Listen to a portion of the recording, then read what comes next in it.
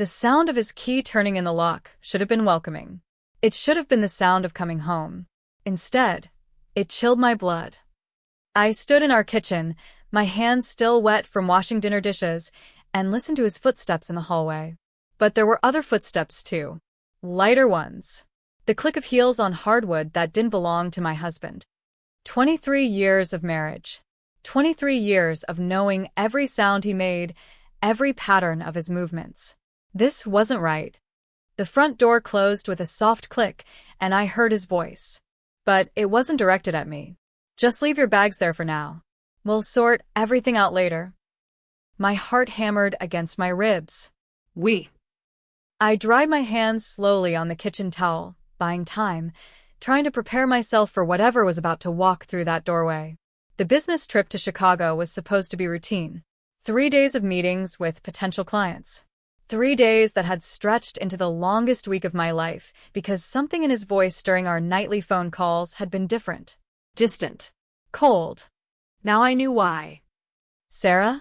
His voice carried down the hallway, casual and light, like he was announcing the arrival of a dinner guest. I'm home. Come meet someone. The blood in my veins turned to ice water. 23 years of being Sarah Mitchell, devoted wife, successful interior designer, the woman who waited at home with dinner warm and a smile ready. 23 years of building a life with David Mitchell, the man who'd promised to love and cherish me until death do us part. But death wasn't going to part us. Betrayal was. I walked toward the living room on unsteady legs, my bare feet silent against the hardwood floors I'd chosen 5 years ago when we renovated. Everything in this house carried my fingerprints, my choices, my love. The warm cream walls, the carefully curated artwork, the built-in bookshelves filled with novels I'd read aloud to him during lazy Sunday mornings. This was my sanctuary. Our sanctuary. The woman standing next to my husband was everything I wasn't. Young, maybe 28 or 30, with long blonde hair that cascaded over one shoulder and a figure that belonged in magazines. She wore a designer dress that probably cost more than I spent on clothes in 6 months, and her smile was confident in the way that only comes from never having your heart broken. David's arm rested casually around her waist, a gesture so natural it made my stomach lurch. This wasn't new. This wasn't a moment of weakness or a business trip mistake. This was practiced. Comfortable. Real. Sarah, I'd like you to meet Jennifer. His voice was steady, almost cheerful. She's going to be staying with us for a while. The words hit me like physical blows. Staying with us. In our home. In our space. Jennifer stepped forward, extending a manicured hand toward me. Her smile was bright and seemingly genuine, as if she was meeting a neighbor at a barbecue instead of the wife of the man she'd stolen. It's so wonderful to finally meet you, Sarah. David's told me so much about you. I stared at her outstretched hand but didn't take it. The silence stretched between us, thick and suffocating. David shifted uncomfortably, and I saw something flicker across his face. Guilt, maybe. Or irritation that I wasn't playing along with whatever sick game this was supposed to be. What exactly is this? My voice came out steadier than I felt, though I could hear the razor edge underneath. David's jaw tightened. Jennifer and I have been seeing each other for several months. We've decided to make this arrangement more permanent. Arrangement? As if our marriage was a business deal that could be renegotiated at will. More permanent. I repeated the words slowly, tasting their bitterness. In what way? Jennifer's hand dropped to her side, her smile faltering slightly. For the first time, she seemed to sense the tension crackling through the room like electricity before a storm. David straightened his shoulders, adopting the posture I'd seen him use in difficult business meetings. Confident. Authoritative. Ready for battle. Jennifer is going to be living here. She'll be taking over as the lady of the house. The words hung in the air like a death sentence. 23 years collapsed into nothing. All those mornings I'd made his coffee exactly the way he liked it, strong with just a touch of cream. All those evenings I'd listened to him complain about difficult clients while I massaged the tension from his shoulders. All those nights I'd fallen asleep curled against his chest, believing I was safe and loved and cherished. All of it meant nothing. The lady of the house. I spoke the words quietly, almost to myself. And what does that make me? David had the decency to look uncomfortable, but his voice remained firm. Sarah, we need to discuss the logistics. Obviously, this is a significant change, but we can work out the details like adults. Adults. As if there was an adult way to handle your husband bringing his mistress home and installing her in your place. Jennifer cleared her throat softly. Maybe I should wait in the car while you two talk. No, David's response was quick, decisive. You belong here now, Jen. Sarah needs to understand that. The casual shortening of her name, the intimate way he said it, cut deeper than anything else. Yen. Like she was precious to him. Like she mattered. I studied my husband's face, searching for any trace of the man I'd married. The man who'd cried happy tears when I walked down the aisle in my grandmother's lace dress. The man who'd held my hand through 3 miscarriages and promised that someday we'd have the family we dreamed of. The man who'd sworn that I was his everything, his anchor, his home. But that man was gone. Maybe he'd never existed at all. I see. The words came out calm and measured, though inside I was screaming. And where exactly am I supposed to go while Jennifer settles into my home? Our home, David corrected. And we'll figure that out. There are options. The guest room for now. Until we can make other arrangements. Other arrangements. He was talking about my life like I was an old piece of furniture that needed to be stored in the garage. Jennifer shot him a sharp look. David, maybe this isn't the best way to handle this. But I saw something else in her expression. Satisfaction. Victory.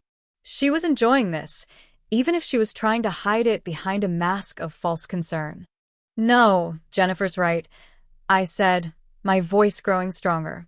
This isn't the best way to handle this at all. David's eyes narrowed.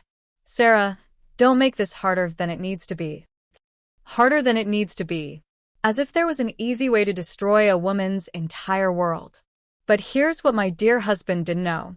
Here's what neither of them knew. For the past 3 months, I'd been getting strange phone calls. Hang-ups, mostly. But a few times, I'd heard a woman's voice in the background before the line went dead. And twice, I'd found long blonde hairs in David's car. Hair that didn't belong to me. I wasn't naive. I wasn't blind. So, I'd done something I never thought I'd have to do. Something that went against every instinct I had about trust and marriage and love. I'd hired a private investigator. Marcus Rivera came highly recommended by my attorney friend Lisa, who'd used his services for several divorce cases. Marcus was thorough, discreet, and expensive. But he was worth every penny. For 6 weeks, Marcus had followed my husband. He'd photographed him entering hotels with Jennifer Nash, the 29-year-old marketing coordinator from his firm's Chicago office. He'd documented their romantic dinners, their weekend getaways to expensive resorts, their intimate moments stolen in parking garages and empty conference rooms. But Marcus had found something else. Something much more interesting than evidence of an affair. He'd found evidence of embezzlement. David Mitchell, my successful businessman husband, had been skimming money from client accounts for over 2 years. Small amounts at first, easy to hide in the complicated web of corporate finances. But the amounts had grown larger and more frequent, especially in the past 6 months. Especially since he'd started seeing Jennifer. The reports were sitting in a safe deposit box at First National Bank. Photographs, financial records, bank statements for accounts I'd never known existed. Accounts in the Cayman Islands. Accounts with balances that made my hands shake when I first saw the numbers. David thought he was so clever, bringing his mistress home and casting me aside like yesterday's newspaper. But he had no idea that his wife had spent the last month building a case that would destroy him. I looked at Jennifer, standing there in my living room with her designer dress and her confident smile, and I almost felt sorry for her. Almost.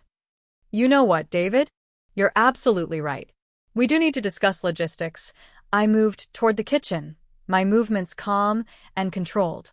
Can I get either of you something to drink? Coffee? Wine? Water? They exchanged glances, clearly surprised by my cooperative tone. Water would be nice, Jennifer said carefully. David, your usual scotch? His shoulders relaxed slightly.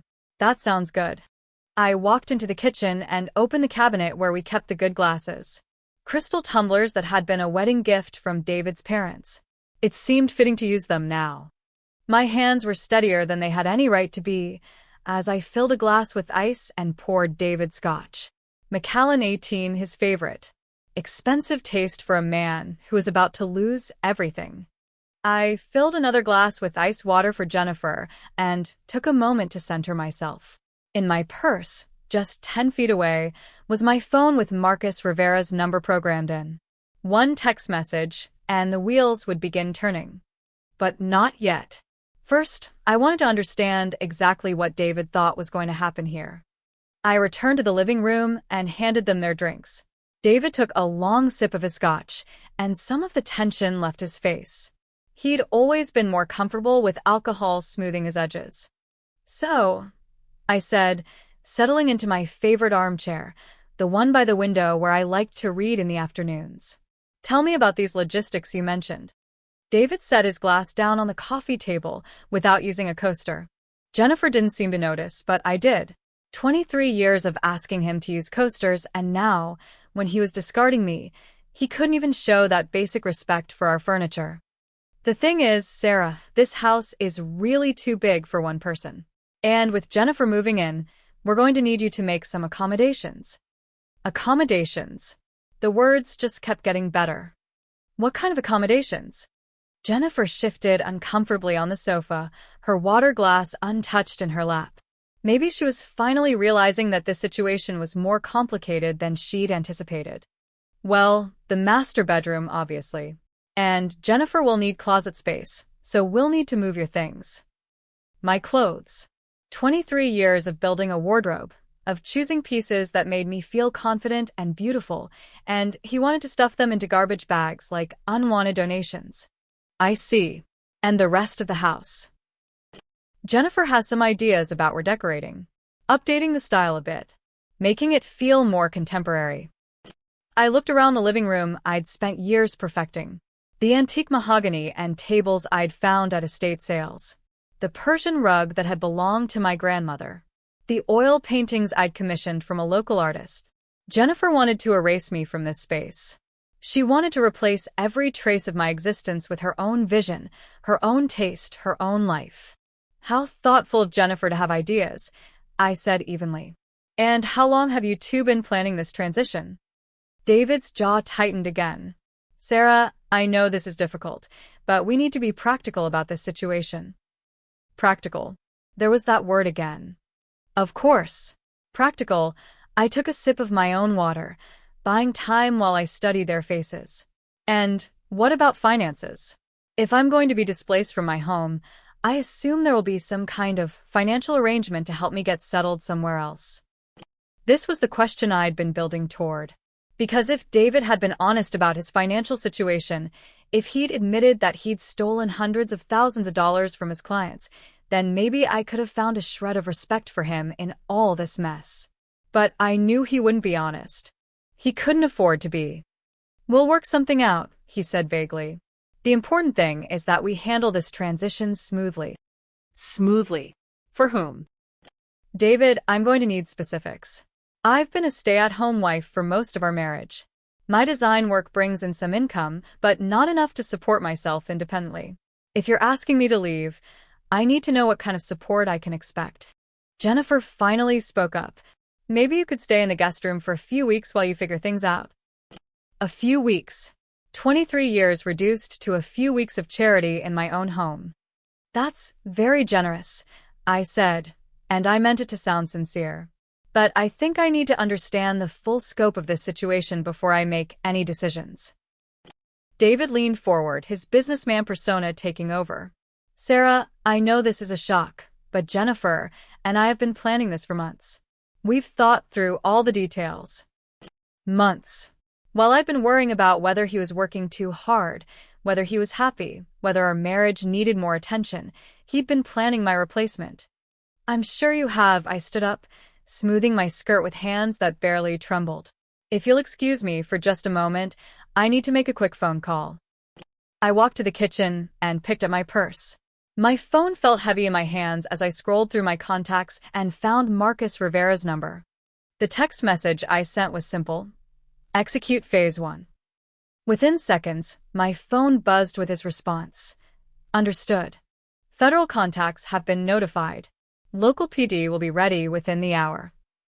I deleted both messages and returned to the living room. David and Jennifer were sitting closer together now, their heads bent in quiet conversation. When they saw me, they straightened up with guilty expressions. Everything all right? David asked. Perfect. I settled back into my chair and smiled. I was just touching base with a friend about some work stuff. Nothing that can't wait. The next 30 minutes passed in a strange, surreal dance of politeness. David explained their plans for the house with the enthusiasm of a man describing a vacation itinerary. Jennifer chimed in with suggestions about paint colors and furniture arrangements, her earlier discomfort replaced by growing excitement. They were dividing up my life like vultures picking at a carcass. But I sat and listened and nodded in all the right places because I knew something they didn't. In less than an hour, both of their worlds were going to implode. At exactly 7:30, there was a knock at the front door. David frowned. Are you expecting someone? No, I said truthfully. But why don't you answer it? It's your house, after all. The sarcasm in my voice was subtle enough that Jennifer missed it, but David's eyes narrowed. He was finally starting to sense that something was wrong. He walked to the front door and opened it. I heard his sharp intake of breath, and then a voice I recognized. David Mitchell? I'm Agent Sarah Chun with the FBI's Financial Crimes Division. We have a warrant for your arrest. Jennifer dropped her water glass. It hit the hardwood floor with a crash, sending ice cubes skittering across the room like scattered diamonds. David's voice was tight with panic. There must be some mistake. No mistake, sir. You're under arrest for embezzlement, wire fraud, and tax evasion. You have the right to remain silent. Jennifer was on her feet, her face pale with shock. David, what's happening? What are they talking about? But David wasn't looking at her. He was looking at me, and in his eyes, I saw the exact moment when he realized what I'd done. Sarah, his voice was a whisper of disbelief. You couldn't have known. I stood up slowly, smoothing my skirt again. Known what, David? Agent Chin appeared in the living room doorway with 2 other agents flanking her. She was a small woman with steel-gray hair and eyes like winter, and she moved with the confidence of someone who'd done this 1,000 times before. Mr. Mitchell, we need you to come with us now. David's hands were shaking as Agent Chin placed him in handcuffs. Sarah, listen to me. You don't understand what you've done. I understand perfectly. I walked closer to him, close enough that only he could hear my next words. I understand that you've been stealing money from your clients for 2 years. I understand that you've been funneling that money into offshore accounts to fund your lifestyle with your mistress. And I understand that you thought you could waltz into my home and replace me like I was a broken appliance. His face went white. How did you? How did I know? I smiled, and it felt like ice. Because unlike you, David, I'm not an idiot. Did you really think I wouldn't notice the changes? The secretive phone calls, the unexplained absences, the way you started treating me like a stranger. Jennifer was backing toward the far wall, her eyes wide with terror. David, tell them this is a mistake. Tell them you didn't do anything wrong. But David couldn't tell them that because they both knew it would be a lie. Agent Chin nodded toward one of her colleagues. Make sure Mr. Mitchell understands his rights, and then take him down to the car. We'll be conducting a search of the premises, so everyone else needs to stay out of the way. The next hour passed in a blur of organized chaos. Federal agents moved through my house with precision, photographing documents, seizing David's computer, and bagging evidence that would be used to prosecute him. Jennifer sat on the sofa in stunned silence, her perfect composure finally cracked. She kept staring at the front door as if David might walk back through it and explain that this was all a terrible misunderstanding. But David was gone, led away in handcuffs to face charges that would put him in federal prison for a minimum of 15 years. Agent Chin approached me as her team finished their work. "Mrs. Mitchell, I want to thank you for your cooperation in this investigation. The evidence you provided through Mr. Rivera was instrumental in building our case." "I just did what any citizen should do when they discover a crime," I replied. Not everyone would have had the courage to turn in their own husband. Courage. That was one word for it. After the agents left, the house fell into an eerie quiet. Jennifer and I sat across from each other in the living room that had been transformed into a crime scene, neither of us speaking. Finally, she broke the silence. "You knew," her voice was barely audible. "You knew before we even got here." "I suspected. The investigation confirmed it." "But why? Why did you let us come in and say all those things? Why didn't you just confront him privately?" I considered her question. She deserved an honest answer, even if the truth was ugly. Because I wanted to see how far he would go. I wanted to hear him say it out loud, that he was replacing me, that 23 years meant nothing to him. Jennifer's eyes filled with tears. "I didn't know about the money. I swear to you, I had no idea he was stealing." Maybe she was telling the truth. Maybe David had hidden his crimes from her just like he'd hidden them from me. But it didn't matter now. "What happens to me now?" she asked. "I quit my job in Chicago. I gave up my apartment. Everything I own is in those suitcases by the front door." I looked at this young woman who'd helped destroy my marriage, and I felt something I hadn't expected. Pity. "You'll figure it out," I said. "You're young. You're attractive. You'll find another man to take care of you." Her face flushed with anger. "That's not fair. I loved him." "No, you didn't." The words came out harder than I'd intended. "You loved what he could give you. The expensive dinners, the designer clothes, the fantasy of being taken care of. But you didn't love him." "How can you say that?" "Because if you'd loved him, you wouldn't have been able to participate in destroying his marriage. If you'd loved him, you would have insisted that he divorce me before starting a relationship with you. If you'd loved him, you wouldn't have been comfortable moving into his wife's home while she was still in it." Jennifer stood up abruptly, her hands clenched at her sides. "You're right. You're absolutely right, and I hate that you're right." There was something refreshingly honest about her admission. "I need to call someone to come pick me up," she said. "I can't stay here." "No. "You can't." She gathered her purse and walked toward the front door, then stopped and turned back to me. "For what it's worth, I'm sorry. I'm sorry for what we did to you, and I'm sorry it ended this way. Are you sorry you got caught, or are you sorry you destroyed someone's life?" She considered the question for a long moment. Both, I guess, but mostly the second thing. After she left, I walked through my house room by room, assessing the damage. The federal agents had been respectful, but their search had left traces everywhere. Papers scattered on David's desk. Drawers pulled open and not quite closed properly. The life we'd built together dissected and cataloged for evidence. But underneath the chaos, everything else remained the same. My books on the shelves. My photographs on the mantel. My grandmother's china in the dining room cabinet. This was still my home. It had always been my home, and it would remain my home long after David served his sentence and Jennifer found her next victim. I poured myself a glass of wine and sat in my favorite chair by the window. Outside, the neighborhood was settling into its evening routine. Porch lights flickering on. Children being called in for baths and bedtime stories. The ordinary rhythm of lives that hadn't been shattered by betrayal and federal crimes. My phone rang and I saw Lisa's name on the screen. "Sarah, I just heard. Are you okay?" "I'm fine." "Fine? Your husband was just arrested for embezzlement. That goes a little beyond fine." "I know it sounds strange, but I really am fine. Better than fine, actually." There was a pause on Lisa's end. "Do you want me to come over?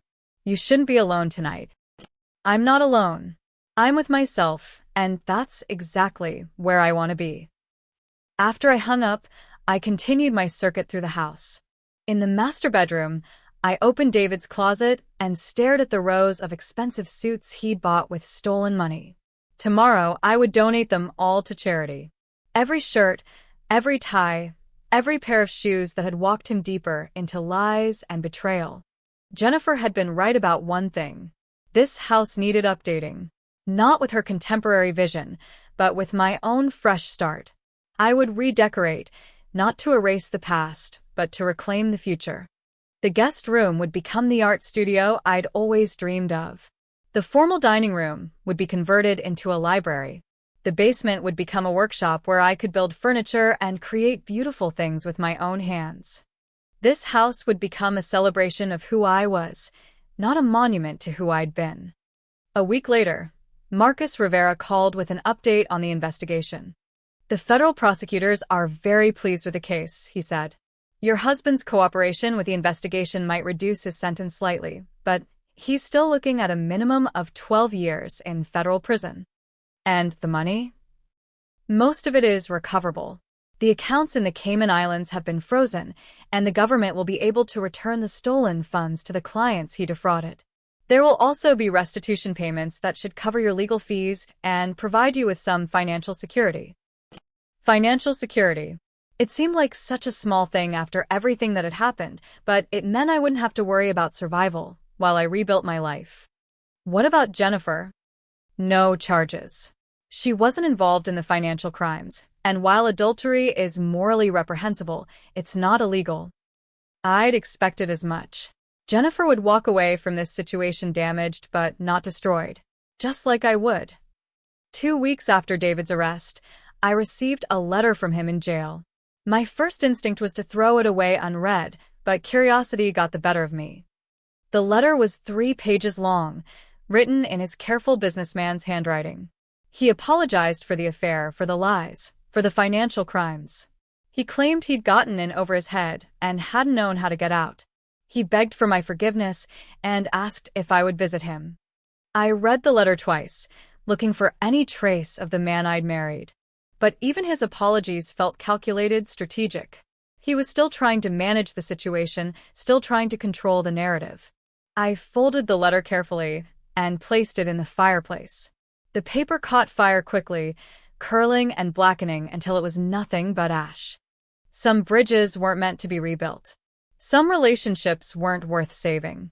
Some betrayals cut so deep that forgiveness became impossible, not because of cruelty, but because of self-preservation. David had made his choices. He'd chosen Jennifer over me, stolen money over honesty, deception over integrity. Now he would live with the consequences. And I would live with mine. But my consequences looked like freedom, like possibility, like the chance to discover who Sarah Mitchell could become when she wasn't defined by her husband's needs and expectations. 3 months after that terrible night when David brought Jennifer home, I was sitting in my garden at sunrise, coffee warming my hands and birds singing in the oak tree that had been there when we bought the house 23 years ago. My phone buzzed with a text from an unknown number. This is Jennifer. I wanted you to know that I've moved back to my hometown in Ohio. I'm staying with my sister until I figure out what comes next. I also wanted to thank you. Thank me? That was unexpected. I typed back. Thank me for what? Her response came quickly. For showing me what I could become if I didn't stop making selfish choices. For showing me what real strength looks like. I hope someday I can be as brave as you are. I stared at the message for a long time before deleting it. Jennifer's journey toward redemption, if that's what this was, would have to be her own. I couldn't help her find her way, just like no one could have helped me find mine. But I had found it. Or maybe it had found me. Either way, I was exactly where I needed to be. In my home, in my life, in my own skin. Whole and complete and unafraid. The woman who had stood in that living room 6 months ago, watching her husband introduce his mistress as the new lady of the house, felt like a stranger to me now. That woman had been defeated before the battle even began. This woman, the one sitting in the garden with dirt under her fingernails from planting roses and plans in her head for converting the garage into a ceramic studio, was someone entirely different. This woman was the lady of the house. always had been, always would be. And no one would ever take that away from her again. The morning sun climbed higher, painting the garden in shades of gold and green. I finished my coffee and went inside to start my day. There was work to do, dreams to pursue, a life to build from the ashes of whatever had come before. Behind me, the roses I'd planted were already beginning to bloom.